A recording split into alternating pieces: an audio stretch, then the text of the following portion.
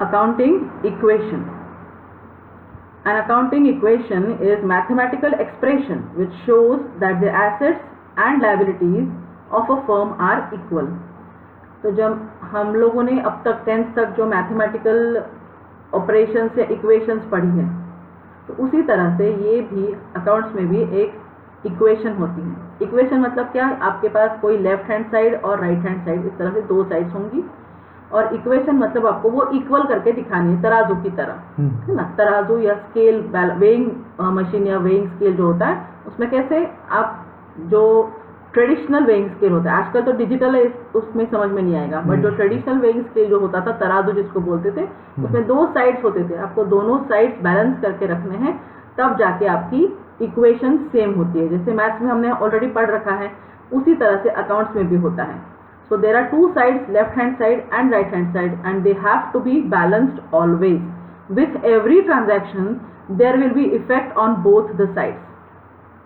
Okay, and hence we have to balance them every time after every transaction. Okay, so let us see what is accounting equation. An accounting equation is based on the dual aspect concept of accounting. हमारा जो हमने theory में पढ़ा, accounts की theory में dual aspect concept, या हमने first chapter में भी पढ़ा डबल एंट्री सिस्टम. उसमें क्या है कि हर एक ट्रांजैक्शन का दो इफेक्ट्स होंगे, है ना. एक डेबिट होगा, एक क्रेडिट. तो वही दो इफेक्ट्स जो है, एक लेफ्ट हैंड साइड में होता है, एक राइट हैंड साइड में हो जाएगा इक्वेशन की. ठीक है, तो हमेशा वो बैलेंस रहनी चाहिए इक्वेशन. इक्वेशन में होगा क्या, कौन से आइटम्स इक्वेशन में हम रखते हैं? Assets is equal to equities और टोटल क्लेम्स. ये फर्स्ट इक्वेशन है. यहाँ पे लेफ्ट हैंड साइड में एसेट्स है, राइट हैंड साइड में इक्विटीज है, उसको हम टोटल क्लेम्स भी बोल सकते हैं. उसको अगर हम थोड़ा बाइफरकेट करें, तो सेम इक्वेशन को अगर हम पुट अप करें न्यू वे में, तो assets is equal to liabilities plus capital. Assets तो वही है लेफ्ट हैंड साइड में जो है, assets same, but right hand side में इक्विटीज या टोटल क्लेम्स की जगह पे हमने ले लिया है लायबिलिटीज प्लस कैपिटल ले लिया है. उसी इक्वेशन को हम फिर से ट्विस्ट भी कर सकते हैं. If we take liabilities on left hand side, then on right hand side it will be assets minus capital. ठीक है, या उसी इक्वेशन को फिर से ट्विस्ट कर देते हैं, तो capital equals assets minus liabilities.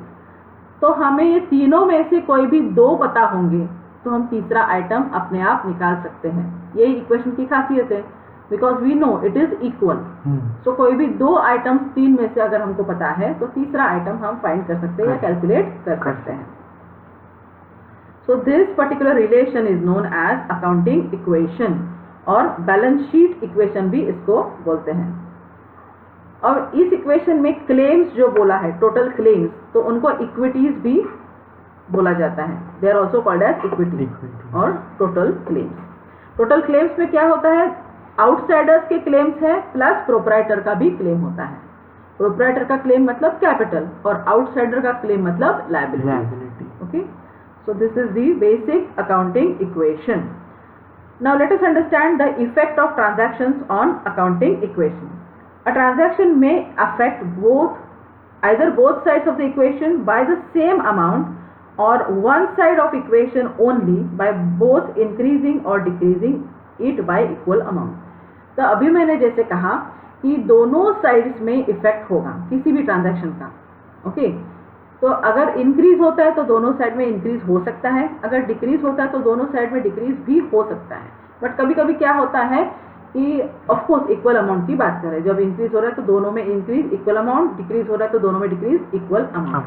But sometimes what happens, ऐसा कुछ जैसे इक्वेशन है, उसमें आपको दो आइटम्स पता है, बट तीसरे आइटम में ऐसा है कि there is no need to twist the equation. ऐसा भी हो सकता है.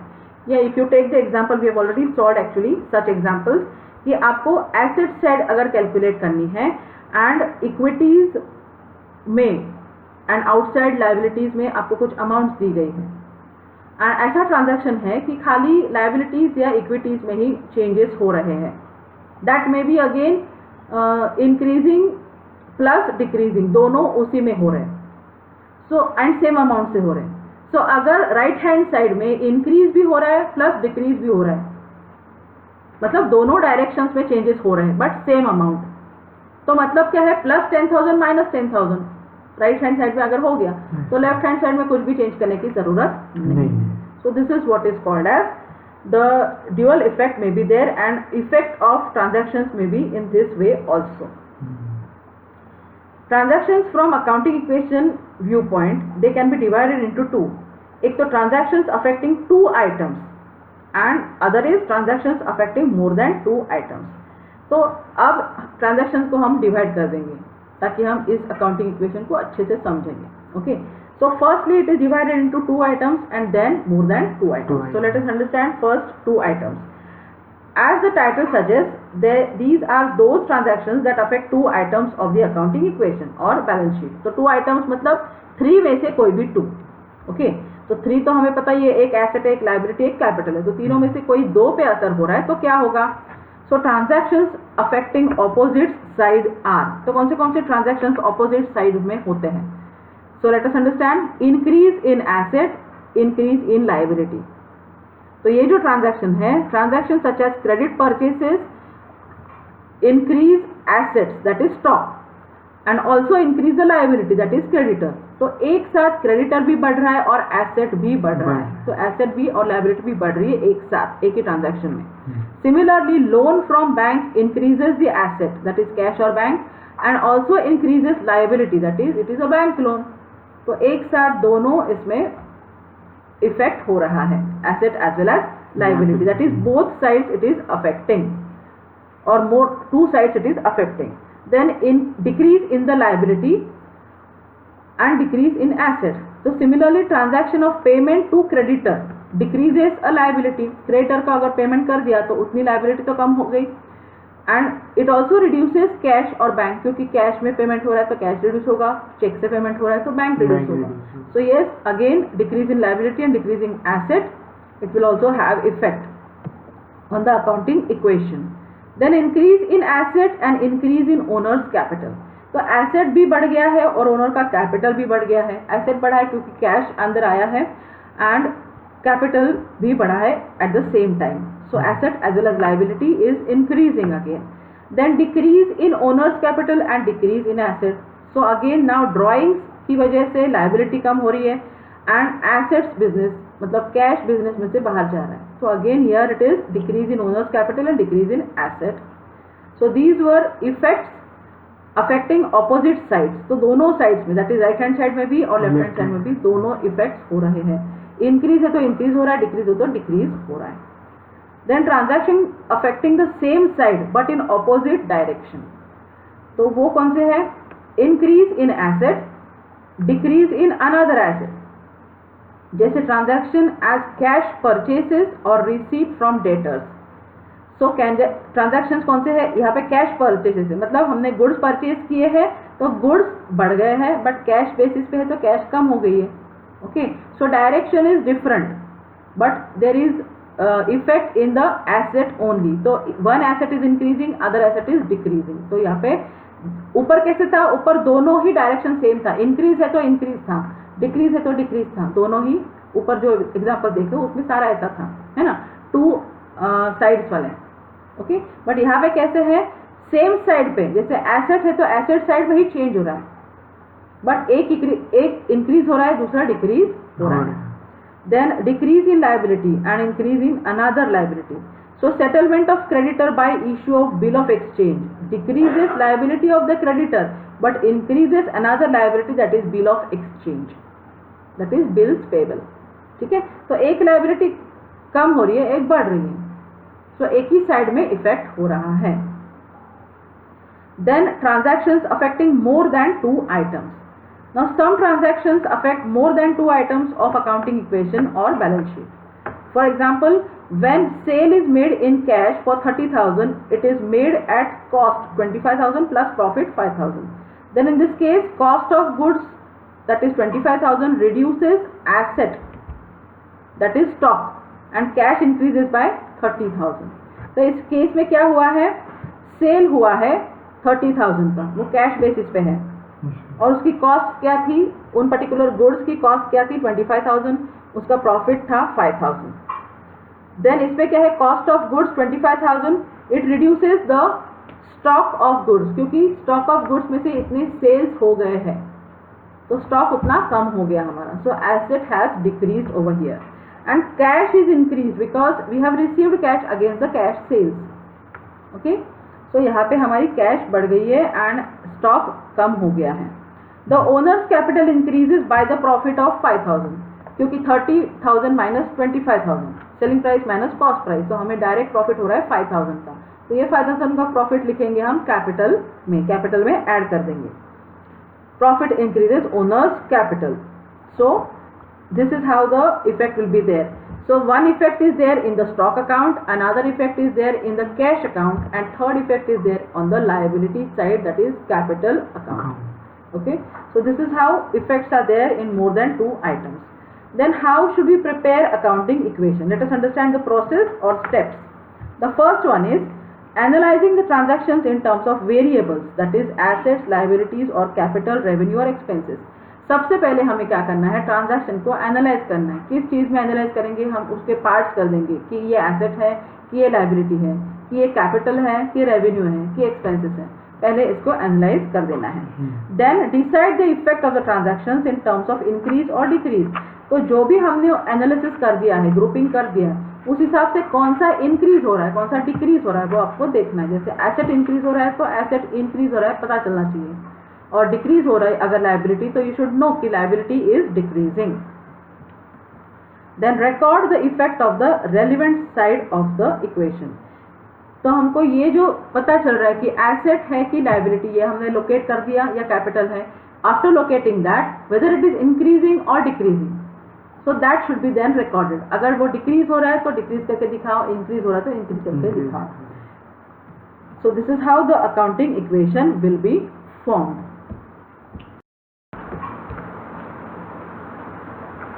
Rules for accounting equations. Capital. When capital is increased, it is credited, or it is the amount is added in the capital account or capital amount. And when a part of capital is withdrawn, that is drawings are made, then this particular capital will be debited because it is reduced due to drawing. Then next is interest on capital.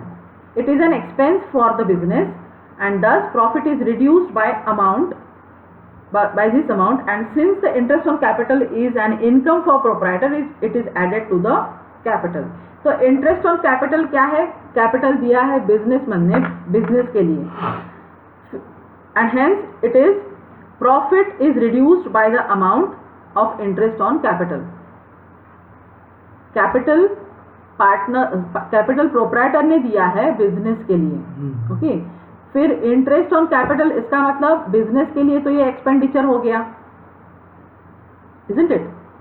Interest on capital, capital पे interest मिलने वाला है proprietor को, but ये पे कौन करेगा, business. तो बिजनेस के लिए तो ये एक्सपेंडिचर हो गया, ओके, बट ओनर के लिए ये एक प्रॉफिट है, and hence profit is reduced by the amount in case of business, but this is income for proprietor and hence it is added to his capital.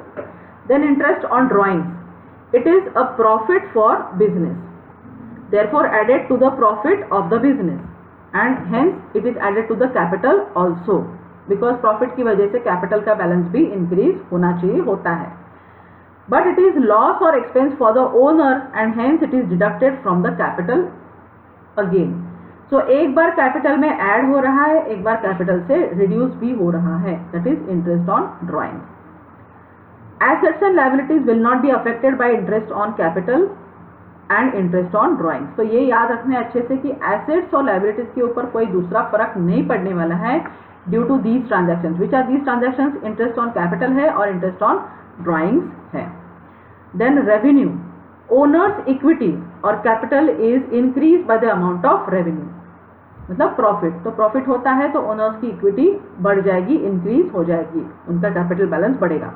Expenses, तो owners equity और capital will be decrease by the amount of expenses. तो कोई भी expenditure हो रहा है तो owner की इक्विटी लेस हो जाएगी, रिड्यूस हो जाएगी।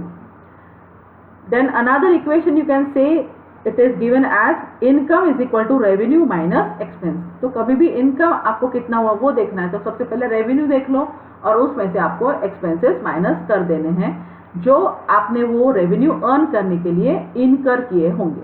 Okay, so income is the profit earn during accounting period and profit increases the owners capital and loss decreases owners capital. तो इनकम क्या है? प्रॉफिट है ड्यूरिंग द ईयर जो भी आपने अर्न किया होगा, तो नेचुरली वो कैपिटल में ऐड होगा. अगर लॉस हो जाता है मतलब एक्सपेंसेस ज़्यादा है रेवेन्यू से, इन दैट केस ये जो लॉस है वो कैपिटल में से आपको लेस कर देना है. Then outsiders equity, when the liabilities are increased the outsiders equity are credited, that is their balance is increased. तो creditors या liabilities increase हो जाएंगी जब outside liabilities बढ़ती है. तो when liabilities are decreased the outside liabilities are debited. Okay, then assets, if there is an increase in asset the increase is debited to the asset, and if there is decrease in the asset that decrease is credited to the asset. That means that decrease is reduced from the asset value. Then it is possible when one asset increases the other asset decreases. For example, purchase of furniture for cash. तो यहाँ पे furniture बढ़ रहा है and cash कम हो रहा है, तो एक एसेट बढ़ रहा है एक एसेट कम हो रहा है. Then it is possible that one asset decreases and other increases. For example, sale of furniture for cash. तो यहाँ पे कैश इंक्रीज हो रहा है एंड फर्नीचर डिक्रीज हो रहा है. Then it is possible that when one liability increases, the other liability decreases. For example, dishonor of bill payable. तो bill payable account डेबिट होगा यहाँ पे and creditors account will be credited. Bills payable का account हमेशा credit balance होता है, but यहाँ पे डिसऑनर हो रहा है तो उसका उल्टा बैलेंस इसको देना पड़ेगा एंड हेंस यहाँ पे bills payable will be debited and creditors account will be credited in case of dishonor of bill payable, and hence the creditors increase and amount of bills payable decreases in this case. Then it is possible that one liability decreases and other increases. Example, creditors were made payment by accepting the bills payable. तो creditors will decrease and bill payable will increase. तो creditors को हमने cash नहीं दी है, उनको bills payable दे दिए, bills of exchange दे दिया है. तो यहाँ पे क्या हो रहा है, creditors तो कम हो गए क्योंकि हमने उनको BP दे दिया है या उनको हमने bills of exchange दे दिया है. ओके, बट creditors का बैलेंस कम होने के बाद यहाँ पे bills payable का बैलेंस बढ़ गया है. So one liability decreasing, other liability is increasing. Then it is also possible that when an asset increases, liability also increases. For example, furniture purchased on credit. तो यहाँ पे asset तो बढ़ रहा है furniture, but liability भी बढ़ रही है क्योंकि it is purchased on credit. So यहाँ पे creditors for furniture बन गए, ये liability increase हो गई. Then it is possible when an asset decreases, liability also decreases. तो ये कब होता है, cash paid to creditors. तो कैश डिक्रीज हुआ है and amount paid to creditors, तो क्रेडिटर्स भी डिक्रीज हो रहे हैं. सो एसेट भी डिक्रीज हो रहा है और लायबिलिटी भी डिक्रीज हो रही है. An increase in the asset without corresponding increase in liability or corresponding decrease in another asset means increase in capital. मतलब इंक्रीज एसेट हो रहा है, asset is increasing without corresponding increasing liability. तो जब एसेट बढ़ रहा है और लायबिलिटी नहीं बढ़ी है, इसका मतलब हमारा कैपिटल बढ़ गया है. या फिर decrease in another asset means increase in capital. तो एक एसेट बढ़ा है एक कम हो गया है और लायबिलिटी पे कोई फर्क नहीं है, तो कैपिटल पे फर्क हो सकता है. Okay, then conversely an increase in liability without corresponding increase in asset. तो लायबिलिटी बढ़ी है बट एसेट नहीं बढ़ा है यहाँ पे, and corresponding decrease in another liability is there. In that case, again, there will be decrease in the capital. And hence, dual aspect concept will always hold good. A reduction or increase in an asset will have corresponding effect on liability or capital. This is because of the rule that every receiver is giver and every giver is also a receiver. So now let us understand the effect of adjustment transactions on accounting equations. The first adjustment is required to be made of the outstanding expenses. So outstanding expenses कौन से होते हैं, these are those expenses which have been incurred but not paid during the current accounting period.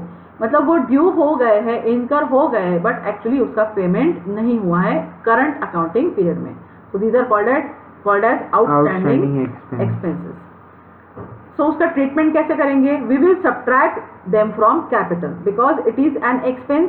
तो capital में से तो कम हो ही जाना चाहिए बिकॉज हम कंजर्वेटिज्म प्रिंसिपल फॉलो करते हैं. तो अभी इनकर तो हो गए, पेमेंट नहीं हुआ है, फिर भी we are going to put it as an expense and it will reduce profit for the current accounting period. So हमें कैपिटल में से उसको लेस करके दिखाना है. Then we can make a new column on liability side in the name of outstanding expenses as the amount is still to be paid. तो हम इसको liabilities के अंडर भी अलग से दिखा सकते हैं कि this is an outstanding liability, so that we can remember कि हाँ ये हमारा outstanding है पेमेंट, तो हम उसको तुरंत कर सकते हैं पे. Then next adjustment to be done is prepaid expenses. Now these are those expenses which have been paid in advance, that is they are not yet due but paid. तो ये जो एडवांस पेमेंट हो गया है expenses के लिए, वो अभी तक ड्यू तो नहीं हुआ है बट हमने पेमेंट ऑलरेडी उसका कर दिया है. So उसकी ट्रीटमेंट कैसे करेंगे? We will deduct them from the cash because there is outflow of cash already. Cash outflow तो ऑलरेडी हो गया, so कैश में से तो लेस कर देना पड़ेगा. And we can also write it in the asset side in the name of prepaid expenses because it is an amount paid in advance. तो asset side में इसको हम रिकॉर्ड करेंगे as prepaid expenses या amount paid in advance या advance paid. The next adjustment is accrued income. Accrued income is that income which has been earned but not received during the current accounting period. तो accrued income earn हो गया है, मतलब due तो हो ही गया है बट उसको हमने रिसीव नहीं किया है करंट अकाउंटिंग पीरियड में. So how we will treat it in the accounting equation or accounts? We will add it in the capital as it is income. तो ये इनकम है, इसे कैपिटल में तो ऐड कर देना पड़ेगा, कैपिटल को तो इंक्रीज करना पड़ेगा. And this will also increase the profit for the current accounting period. Profit भी इंक्रीज होगा. Then make a new column on the asset side, that is assets में एसेट्स के अंडर आपको लिखना पड़ेगा accrued income as this amount is still to be received. तो ये receivable हो गई amount and hence it is to be recorded under the asset side. Now the fourth adjustment is unearned income और income received in advance. तो income आपको advance में receive हो गया बट आपने वो अर्न नहीं किया है अभी तक, it is not earned yet. Now this is the income which has been received but not earned during the current accounting period. So it is to be added in the cash because there is cash inflow. तो cash को तो बढ़ाना है हमको, cash balance बढ़ जाएगा. And liabilities के under आपको दिखाना है unearned income because this amount is received as advance. So this was regarding